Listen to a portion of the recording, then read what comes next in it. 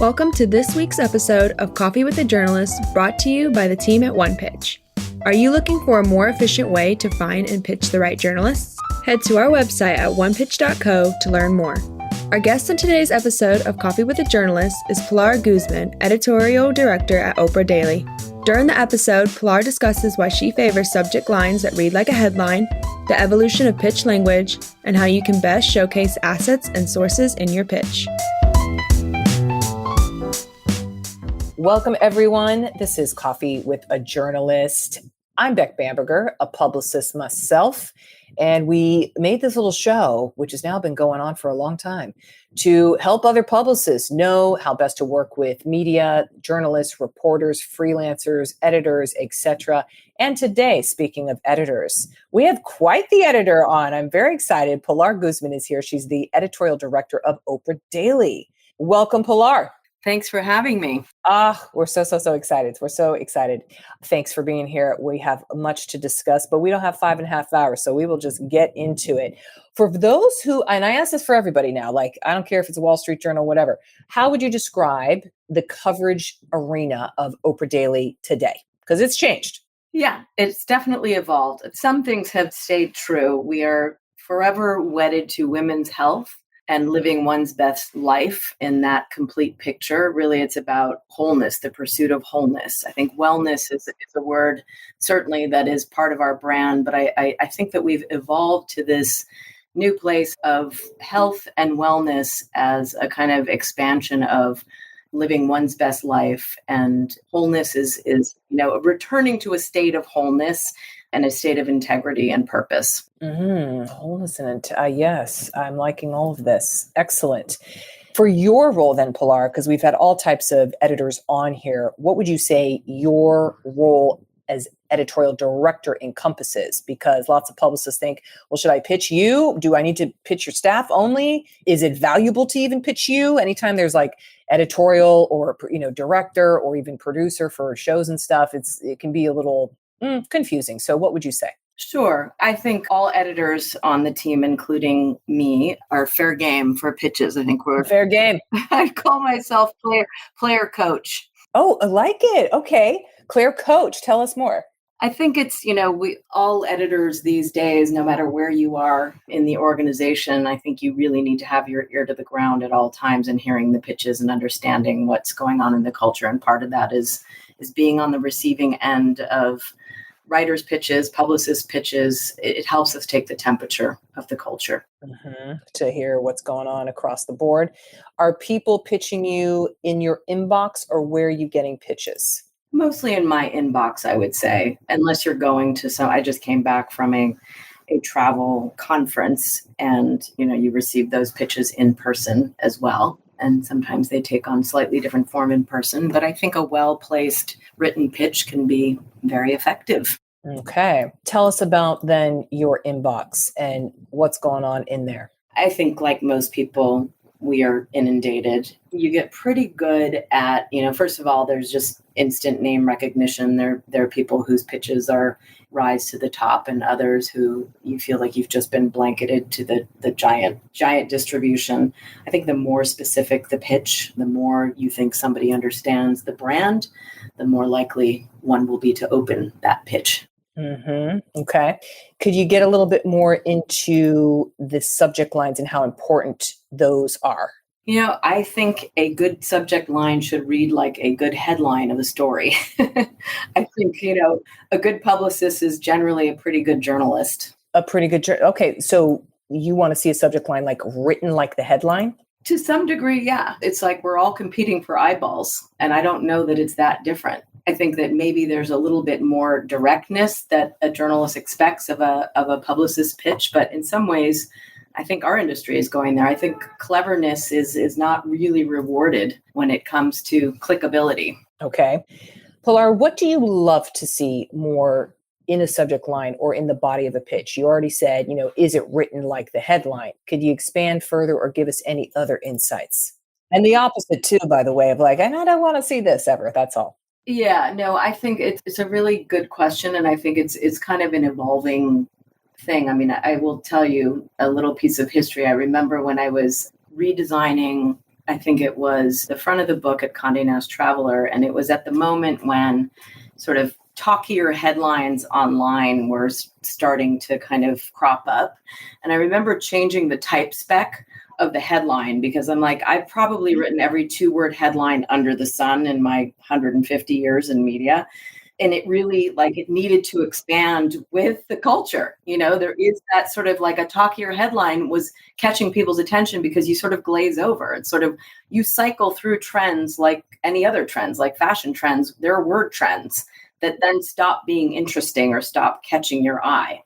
So I think the same is true for a pitch. I think that they evolve. Pitch language is like all other language. What stops you in your tracks? I don't know if that answers your question, but I do feel like something like that. It helps. Ooh, but stop in your tracks. I think that's something to hang on. So does it or not? Yeah. But as far as, to go back to what should it look like? It's sort of like you do want things to get to the point right away. Yes. You forgive a sort of long-winded something if the first couple of sentences feel, one, like they are pitched specifically for you and your brand, and that the person who's pitching really understands who they're pitching to, and they've done their research, and they've put whatever their point of view is in the context of said subject. If we are talking about menopause, for example, which is something, or longevity or weight, we want to know that whoever is pitching is up to speed on the subject matter, has done their homework, and knows what's been covered by us and other brands. Yeah, that's so often missed. Publicists are, they send you a pitch and you're like, well, I just did that topic 5 days ago. So, or everybody else did. You know what I mean? I think that's the other thing too. And there's nothing new to add. There's nothing fresh. No. Exactly.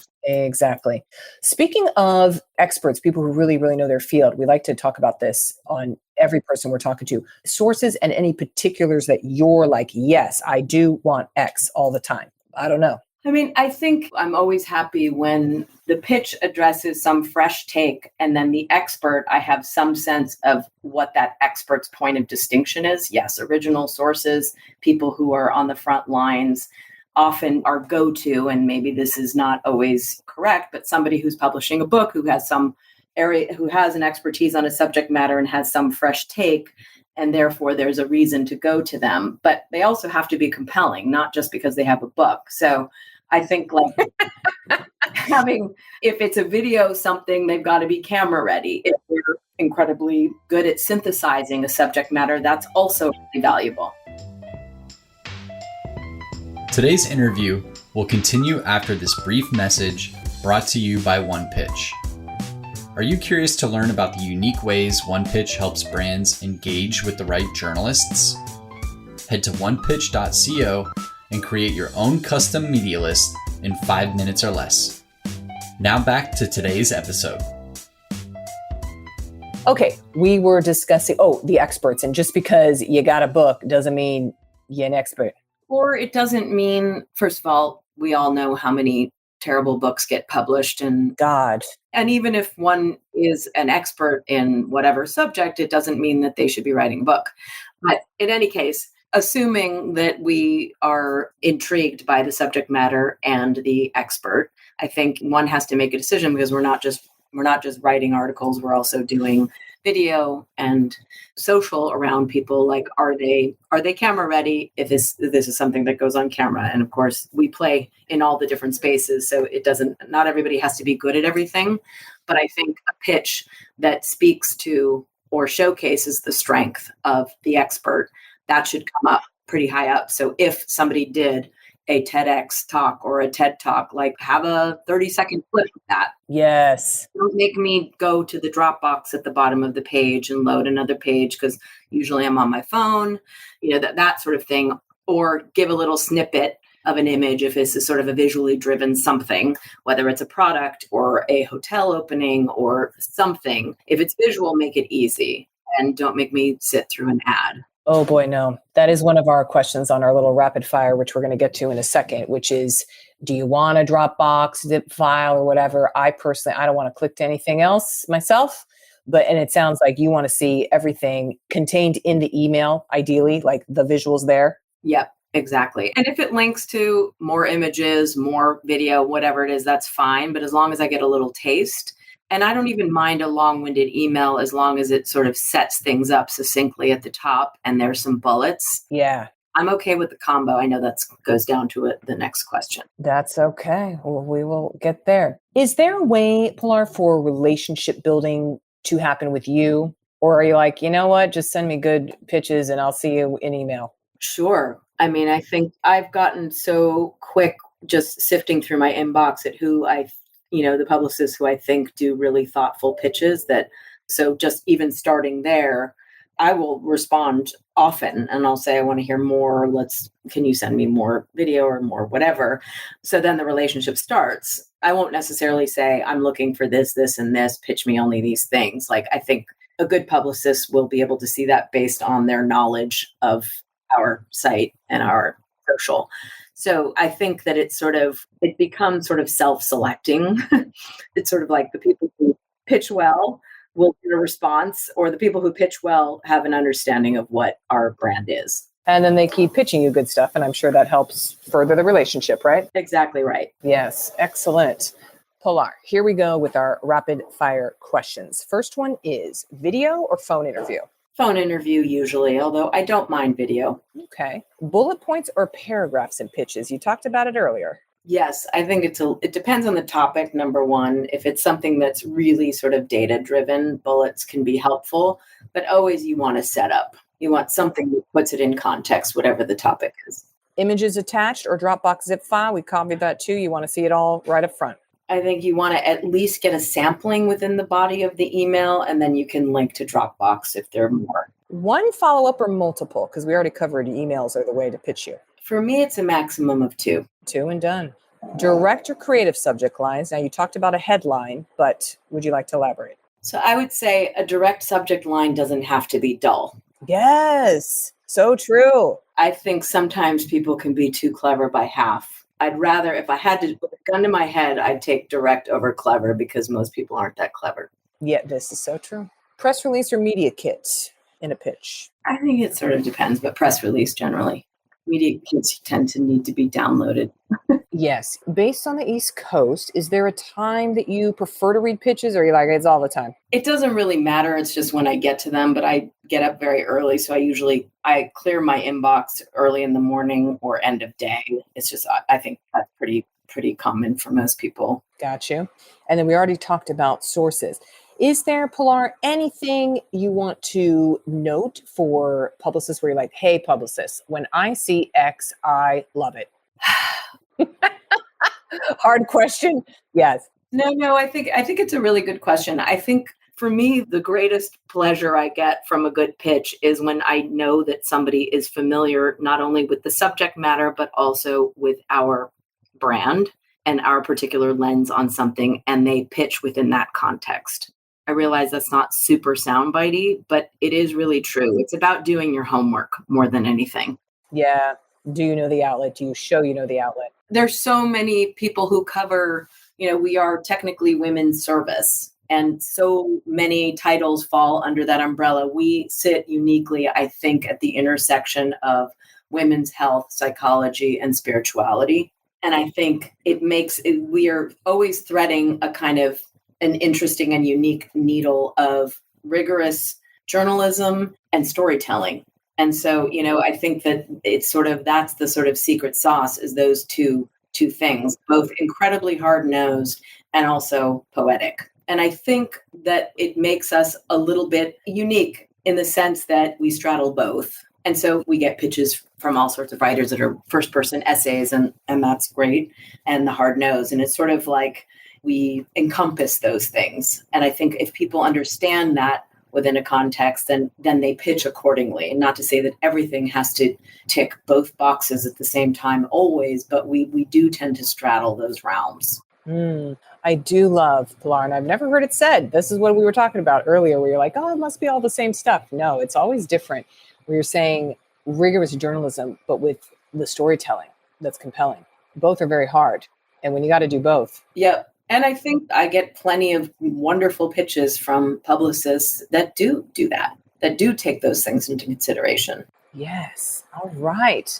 Well, everybody, we need to send poetic storytelling, keeping in mind robust journalism and the integrity of such, because that is what Pilar wants to see.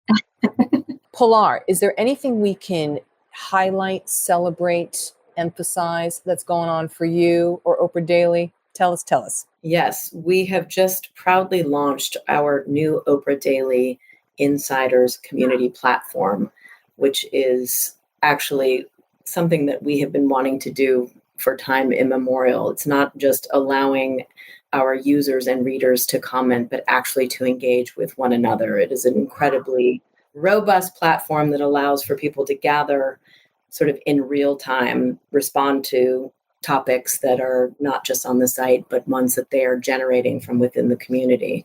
And so not just talk to editors, but to each other, because I think all of our community members are sort of mini Oprahs in their own right. Oh, I love that. They're mini Oprahs in their own right. Yes, they are. Yes, indeed. So we're thrilled about that. And that comes with membership to oprahdaily.com. Got it. Oh, I love it. Pilar Guzmán, thank you so much for being on today. This was totally a delight. She is, everybody, a reminder, Editorial Director, Oprah Daily. Make sure you read the outlet before you pitch. Once again, Chief Repeating Officer. There you go. Thanks so much, Beck. Thanks for listening to this week's Coffee with a Journalist episode with Pilar Guzmán, Editorial Director at Oprah Daily.